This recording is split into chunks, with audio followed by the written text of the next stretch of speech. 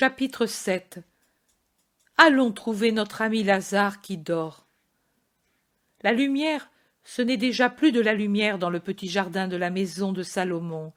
Les arbres, les contours des maisons au-delà de la route, et surtout le bout de la route elle-même, là où le petit chemin disparaît dans les bois qui bordent le fleuve, perdent de plus en plus la netteté de leurs contours pour s'unir dans une seule ligne d'ombre plus ou moins claire, plus ou moins sombre, dans l'ombre qui s'épaissit de plus en plus. Plutôt que des couleurs, les choses répandues sur la terre sont désormais des sons, voix d'enfants dans les maisons, appels des mères, cris des hommes pour faire entrer les brebis ou l'âne, quelques derniers grincements de poulies au puits, bruissement des feuilles dans le vent du soir, bruit sec comme de petites branches qui se heurtent entre elles, des broussins répandus dans les bosquets. Là-haut, la première palpitation des étoiles, encore indécise parce qu'il reste un semblant de lumière et que les premiers rayons phosphorescents de la lune commencent à se répandre dans le ciel. Pierre dit : « Le reste, vous le direz demain. Pour l'instant, cela suffit. Il fait nuit, et que chacun aille à la maison. La paix à vous. La paix à vous. Oui, oui, demain. Et, que dis-tu ? Tu as un scrupule ? La nuit porte conseil, et puis, s'il ne passe pas, tu viendras. Il ne manquerait plus que cela. Les scrupules aussi pour le fatiguer davantage. Et ceux qui ne rêvent que de profit, et les belles-mères qui veulent rendre sages les épouses, et les épouses qui veulent rendre les belles-mères moins acariâtres. Et des unes et des autres, toutes les deux mériteraient d'avoir la langue coupée. Et à part cela, toi, que dis-tu ? Oh oui, ce pauvre petit. Jean, conduis-le au maître. Il a sa mère malade, et elle l'envoie dire à Jésus qu'il prie pour elle. Pauvre petit, il est resté en arrière à cause de sa petite taille, et il vient de loin. Comment va-t-il faire pour retourner à la maison ?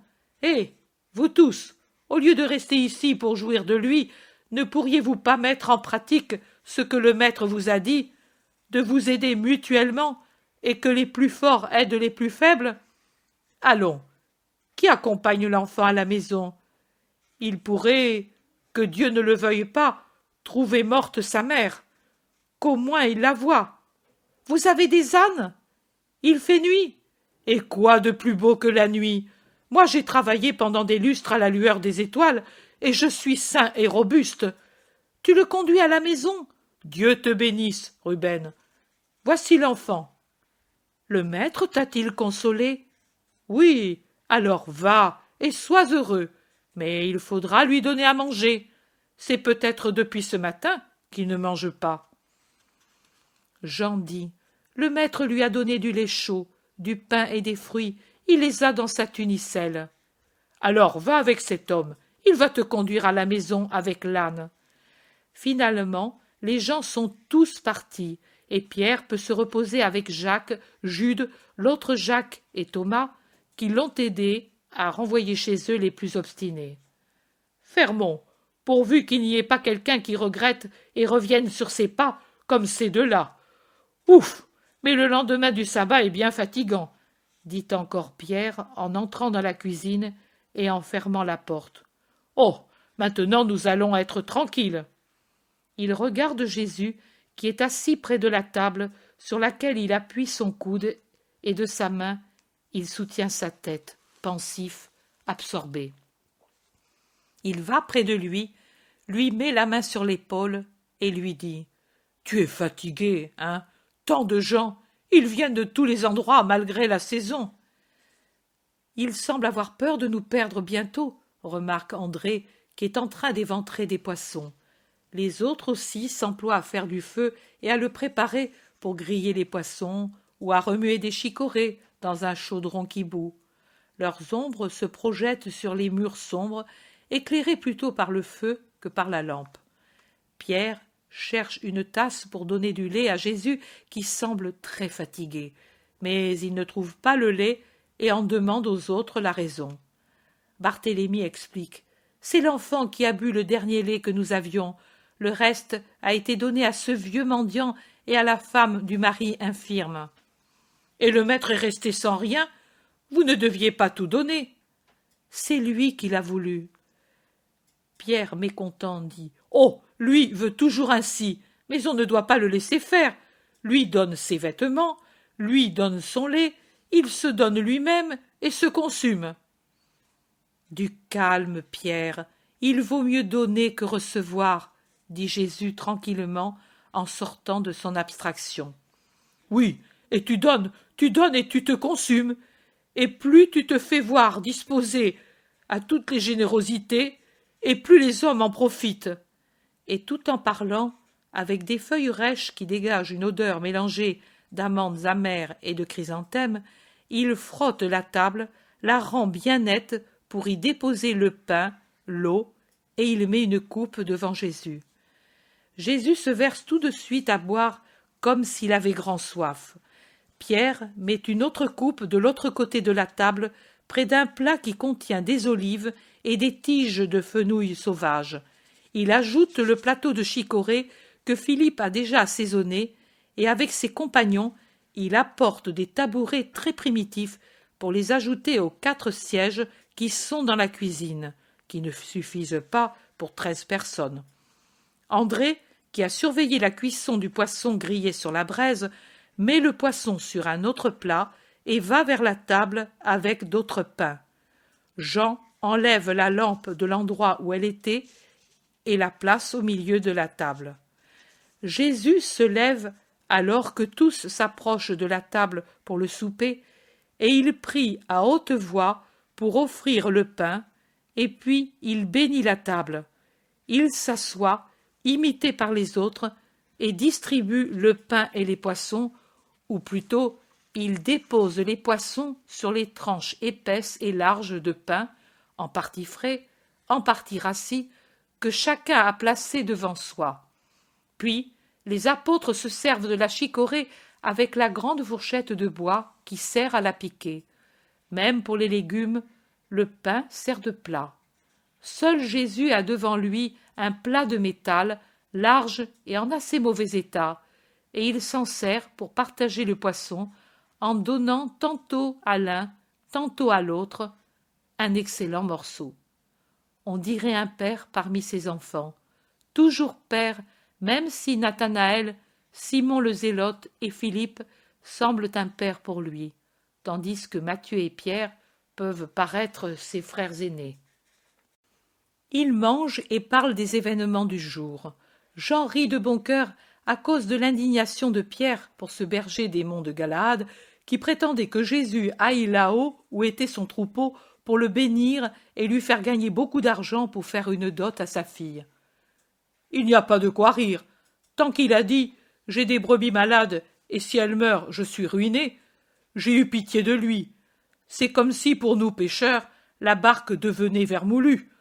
On ne peut pêcher ni manger, et tout le monde a le droit de manger. Mais quand il a dit « Et je les veux saines, car je veux devenir riche et étonner le village avec la dot que je ferai à Esther et la maison que je me construirai », alors je suis devenu mauvais. Je lui ai dit « Et c'est pour cela que tu as fait une si longue route? Tu ne penses qu'à la dot et à la richesse et à tes brebis? Tu n'as pas une âme ?» Il m'a répondu « Pour elle, j'ai le temps.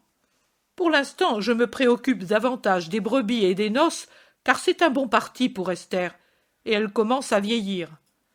Alors voilà, si ce n'était que je me rappelais que Jésus dit que l'on doit être miséricordieux avec tout le monde, il était frais. Je lui ai parlé vraiment entre tramontane et sirocco. » Jacques de Zébédée dit « Et il semblait que tu n'allais plus en finir. Tu ne prenais pas le temps de souffler.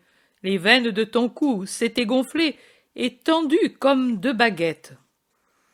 Le berger était parti depuis un bon moment, et toi tu continuais de prêcher. Heureusement que tu dis que tu ne sais pas parler aux gens, ajoute Thomas, et il l'embrasse en disant « Pauvre Simon, quelle grosse colère tu as prise ! Mais n'avais-je pas raison, peut-être? Qu'est-il, le maître, le faiseur de fortune, de tous les sceaux d'Israël, Le paranymphe des mariages d'autrui, peut-être? Mathieu Débonnaire plaisante. Ne te fâche pas, Simon. Le poisson va te faire mal si tu le manges avec ce poison. Tu as raison. Je sens en tout la saveur qu'ont les banquets dans les maisons des pharisiens, quand je mange mon pain avec crainte et la viande avec colère. Tout le monde rit, Jésus sourit et se tait. Ils sont à la fin du repas, repus de nourriture et contents de la chaleur. Ils restent un peu somnolents autour de la table. Ils parlent moins aussi. Quelques-uns sommeillent.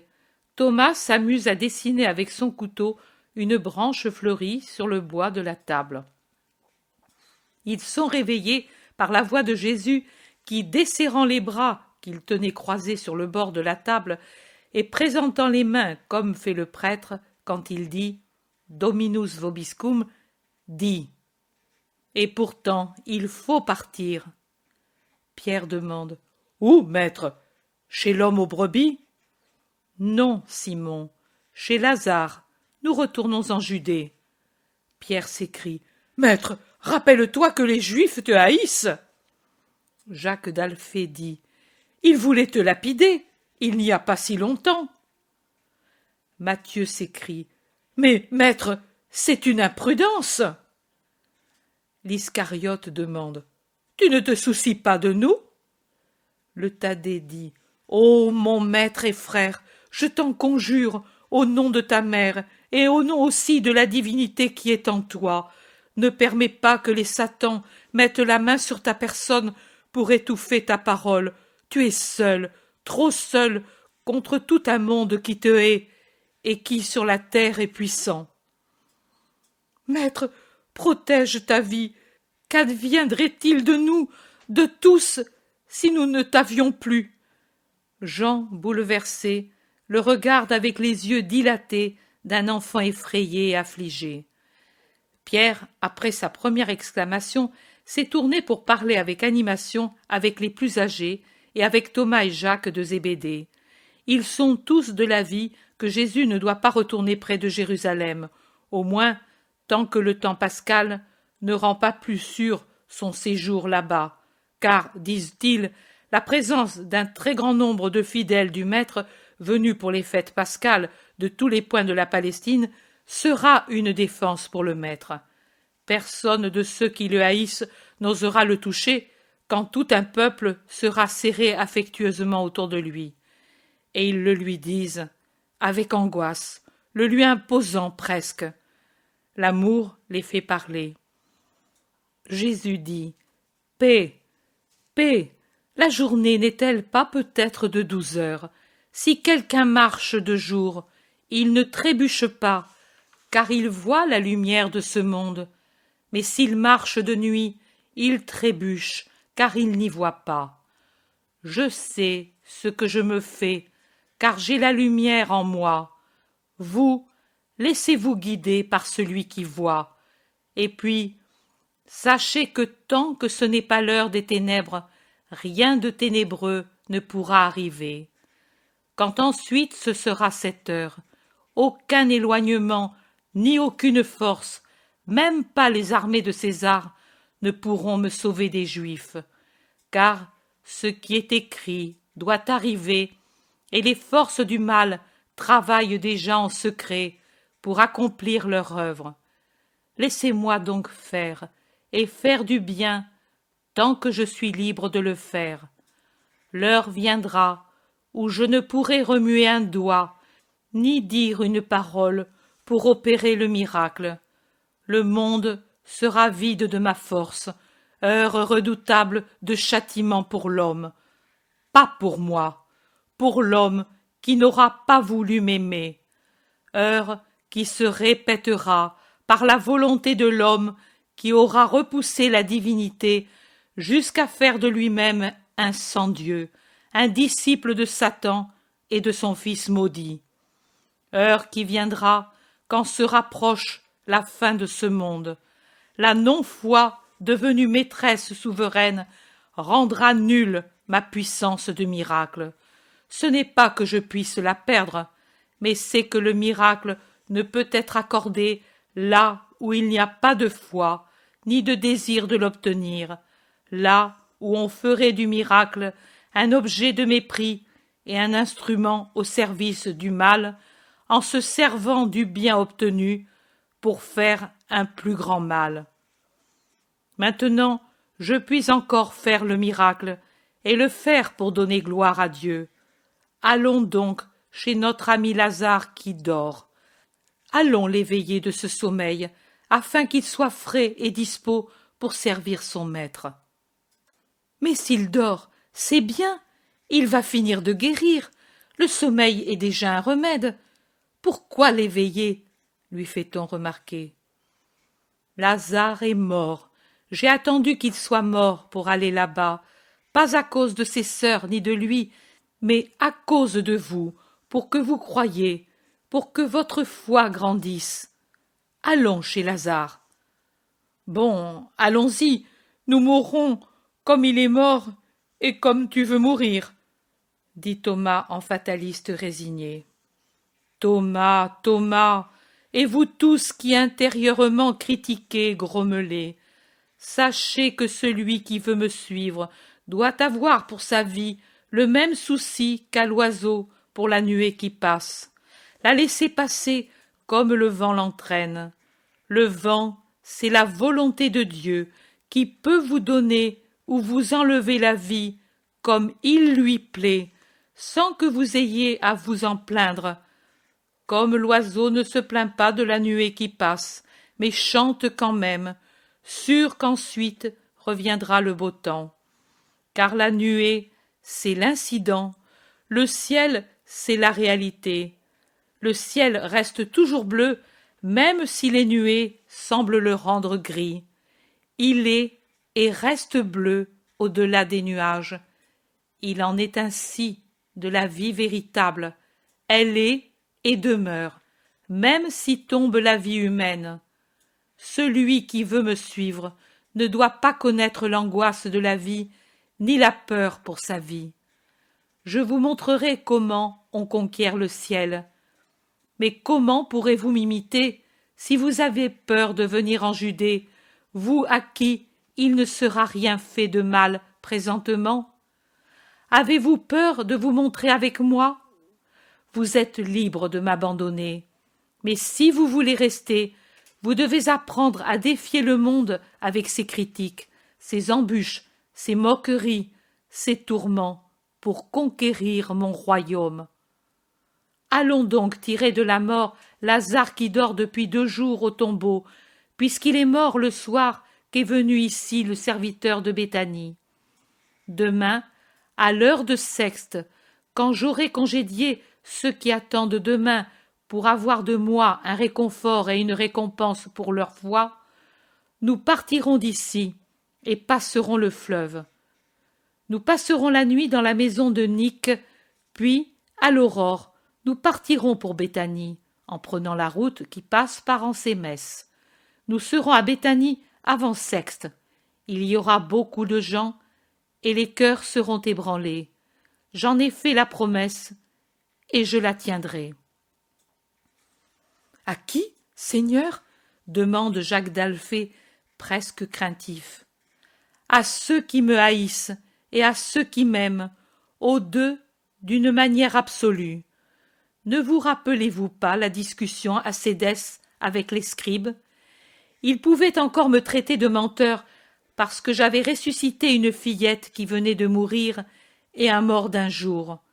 Ils ont dit: tu n'as pas encore su refaire quelqu'un qui était décomposé.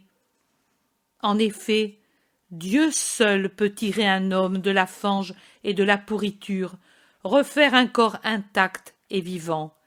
Eh bien, je vais le faire. À la lune de Casleu, sur les rives du Jourdain, j'ai rappelé moi-même aux scribes ce défi, et j'ai dit: à la nouvelle lune, cela s'accomplira. Cela pour ceux qui me haïssent. Aux sœurs, ensuite, qui m'aiment d'une manière absolue, j'ai promis de récompenser leur foi si elles avaient continué d'espérer au-delà de ce qui est croyable. Je les ai beaucoup éprouvées, et beaucoup affligés, et moi seul connais les souffrances de leur cœur en ces jours, et leur parfait amour. En vérité, je vous dis qu'elles méritent une grande récompense, car plus que de ne pas voir leurs frères ressuscités, elles sont angoissées que je puisse être méprisé. Je vous paraissais absorbé, là et triste. J'étais près d'elles par mon esprit, j'entendais leurs gémissements, et je comptais leurs larmes. Pauvres sœurs, maintenant je brûle de ramener un juste sur la terre, un frère dans les bras de ses sœurs, un disciple parmi mes disciples. Tu pleures, Simon? Oui. Toi et moi, nous sommes les plus grands amis de Lazare. Et dans tes pleurs, il y a la douleur pour la douleur de Marthe et Marie, et l'agonie de l'ami. Mais il y a aussi déjà la joie de le savoir bientôt rendu à notre amour. Levons-nous pour préparer les sacs et aller nous reposer, pour nous lever à l'aube et mettre tout en ordre ici où il n'est pas sûr que nous reviendrons. Il faudra distribuer aux pauvres ce que nous avons et dire aux plus actifs d'empêcher les pèlerins de me chercher tant que je ne serai pas dans un autre lieu sûr. Il faudra encore leur dire de prévenir les disciples qu'ils me cherchent chez Lazare. Tant de choses à faire. Elles seront toutes faites avant que les pèlerins arrivent. Allons, éteignez le feu et allumez les lampes, et que chacun aille faire ce qui lui incombe, et puis se reposer. Paix à vous tous. Il se lève, les bénit, et se retire dans sa petite pièce. Le zélote dit « Il est mort depuis plusieurs jours !» Thomas s'écrie « Cela, c'est un miracle !» André dit « Je veux voir ce qu'ils vont trouver ensuite pour douter. » Judas Iscariote demande « Mais quand le serviteur est-il venu ?» Pierre répond « Le soir d'avant le vendredi. »« Oui, et pourquoi ne l'as-tu pas dit ?» demande encore l'Iscariote. Pierre réplique « Parce que le maître m'avait dit de me taire. » Donc, quand nous arrivons là-bas, il sera depuis 4 jours au tombeau.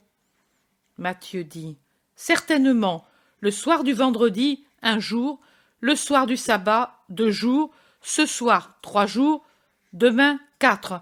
Donc, 4 jours et demi. Puissance éternelle! Mais il sera déjà en morceaux. Il sera déjà en morceaux. Je veux voir aussi cela, et puis... Jacques d'Alphée demande « Quoi, Simon-Pierre ?» Et puis, si Israël ne se convertit pas, Yahvé lui-même, au milieu des foudres, ne peut le convertir. Ils s'en vont en parlant ainsi.